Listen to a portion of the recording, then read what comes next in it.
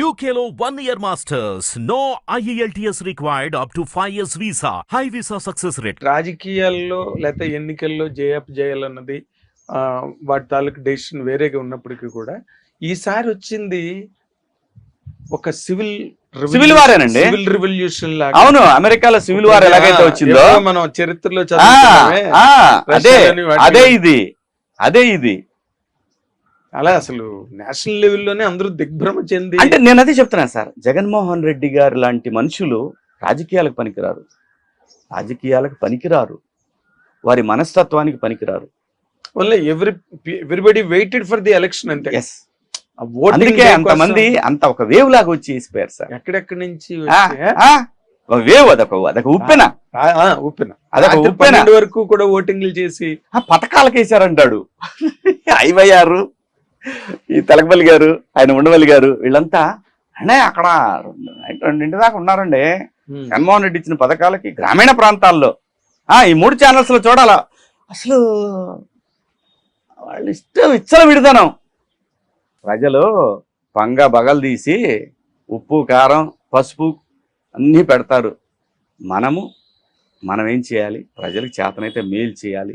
చేసి రాజకీయ నాయకుల్లో ఒక రకమైన భయం, ప్రజలను దోచుకున్నా, ప్రజల యొక్క ఆస్తుల మీదకి వెళ్ళినా అమ్మో ఒక 4th ఎస్టేట్ ఉందని భయపడాల. అలాంటిది వదిలేసి చదువు సంధ్య లేని వాళ్ళని, ఎదవల్ని తీసుకొచ్చి ఈ పెద్ద సీట్లలో కూర్చోబెడితే ఇలాగే ఉంటది. పైగా ఈ ఎదవల వల్లే సగం జగన్మోహన్ రెడ్డి గారు నాశనం అయిపోయాడు. నిజం చెప్తున్నా మీకు. అతను ఒక ఆయన కాదు, మాట తప్పడు, మడింత ఎవరిదయ్యా? ఎవరి సొమ్ము ఎవరికి పెడుతున్నారు వీళ్ళందరూ? ఎవరి సొమ్ము ఎవరికి ఇస్తున్నారు? ప్రజల సొమ్ము ప్రజలకి వెళ్తుంది. దాంట్లో మాట తప్పకపోవడం, మడం తిప్పేది ఏంటి? నాకు అర్థం కాల. పులివెందులు ఏమైనా ఆస్తులన్నీ మొత్తాన్ని ప్రజలకు ఇచ్చావా? లేదు బెంగళూరులో ప్యాలెస్లన్నీ కూడా ఎవరికైనా ఇచ్చావా? హైదరాబాద్ లో మా లోటస్ పాండ్ లో ఉన్న ఎవరికన్నా మీరు పనిచేశారా? పేదలు, పెత్తందారులు. ఎవడు పెత్తందారి? 7-8 ప్యాలెస్లు నువ్వు పెత్తందారువా? నువ్వు పెత్తందారు లెక్క చేసావు, పరిపాలన చేసావు. ఇంకా పవన్ కళ్యాణ్ గారు ఆయన సొంత డబ్బు తీసి ఇచ్చాడు. ఆయన సినిమాల డబ్బులు ఆయన పంచాడు. ఆయన సంపాదించుకున్నది, కష్టపడి సంపాదించి ఆయన ఇచ్చాడు. పర్సనల్ మనీ అది. చంద్రబాబు నాయుడు గారు సంపద సృష్టించాడు. అవును. ఇప్పటిదాకా మీరెవరు చంద్రబాబు నాయుడు గారిని ఇష్టం వచ్చినట్టు బూతులు తిట్టి ఇలా చేస్తే ప్రతి ఒక్కడికి బెంచ్ సర్కిల్లో కూర్చోబెట్టి ఖచ్చితంగా తలకబోస్తాం. Very clear. మనము ఎక్కడో దాక్కొని యూట్యూబ్లో చేస్తున్నామని చెప్తే ప్రభుత్వం మీద కానీ, పవన్ కళ్యాణ్ గారి మీద కానీ, చంద్రబాబు నాయుడు గారి మీద కానీ మీ ఇష్టం వచ్చినట్లు పేట్రేగితే బెంచ్ సర్కిల్లో కుంకుడుగాయలతోటి తలకపోయటం ఖాయం. ఆ తర్వాత మీ ఇష్టం. ఇది మేం కాదు రాజ్యాల్లో చేసేది, వ్యక్తిగతమైంది కాదు. ఇది ప్రజల్లో ఒకటిగా చెప్తున్నా. ఎవడైనా సరే నోటికి వచ్చింది మాట్లాడినా, ఇష్టం వచ్చినట్టు విమర్శించినా, ఆంధ్రప్రదేశ్ మీద విషం చిమ్మినా ప్రజలు తలకపోస్తారు. గుర్తుపెట్టుకోండి. ఇప్పుడు నార్మల్ గా మీరు ఇన్నాళ్ళు ఇందాక నేను అన్నట్టుగా ఎప్పుడు ఏ రకమైన పదవి గాని, ఒక హోదా గాని మీరు ఎప్పుడు ఆశించలే. ఏదో మీ ఉద్యమం మీదే. అవునండి. అంటే ప్యారలల్ స్ట్రీమ్ లాగా మీరు రన్ అవుతూ వచ్చారు. ఏ పొలిటికల్ పార్టీ ఎఫిలియేషన్. 10 ఏళ్ళు నేను చంద్రబాబు నాయుడు గారి ధర్మ పోరాట దీక్ష నుంచి ఈ రోజు వరకు ఖచ్చితంగా ఆయనకి అడ్డంగా నిలబడ్డా.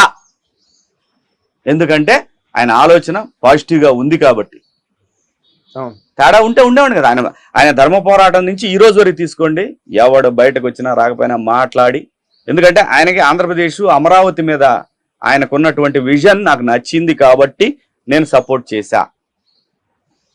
పవన్ కళ్యాణ్ గారు ఎప్పుడైతే చంద్రబాబు నాయుడు గారిని సపోర్ట్ చేశారో, ఆయనకి ఎప్పుడైతే అమరావతి రైతులకి అండగా నేను ఉంటానని చెప్పారో, ఆ రోజు నుంచి ఈయనంతైతే గౌరవించానో ఆయన్ని కూడా అంతే గౌరవించా.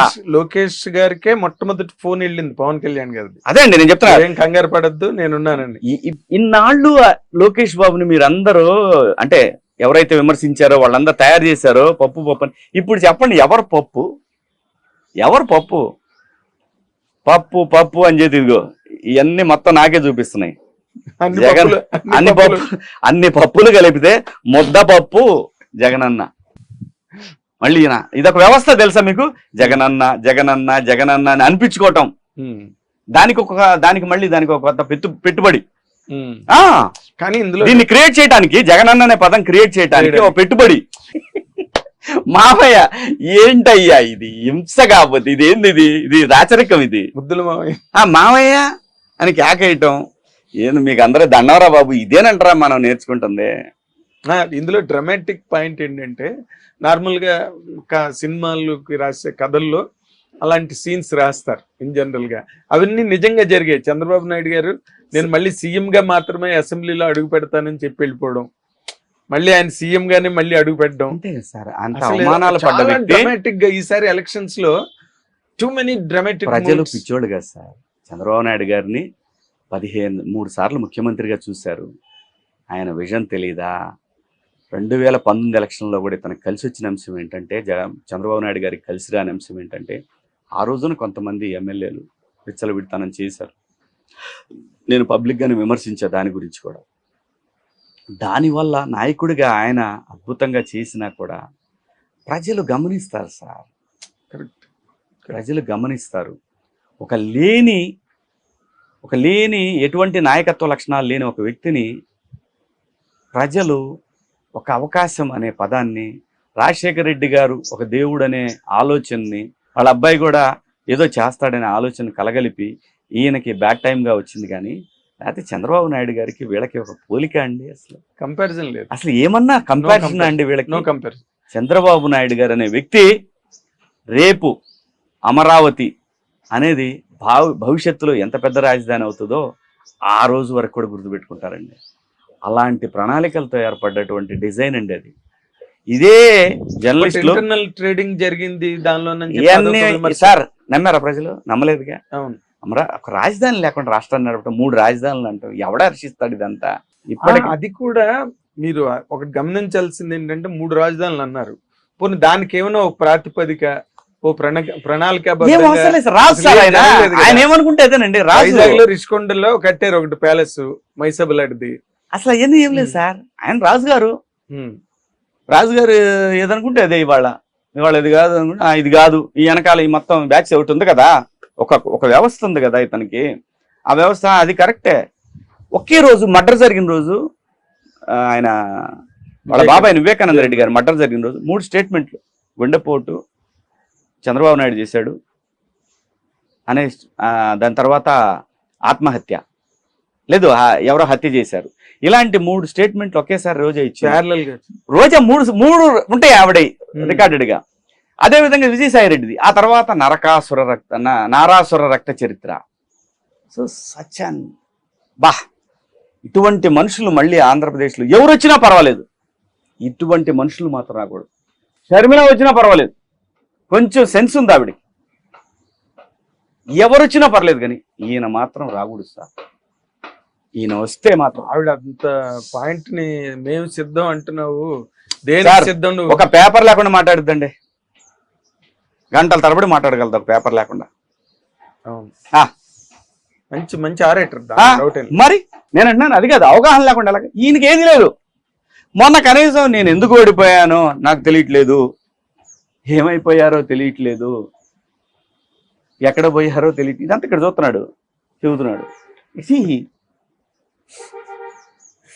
అదే అంటే ఇవి ఇప్పుడు మనం మాట్లాడుకున్నవన్నీ కూడా ప్రజల కళ్ళ ముందు ప్రత్యక్షంగా జరిగినవండి. జరిగినాయి సార్. కొత్తగా మాట్లాడట్లేదు, మీరేం కొత్తగా చెప్పట్లేదు, మేమేం కొత్తగా అడగట్లే.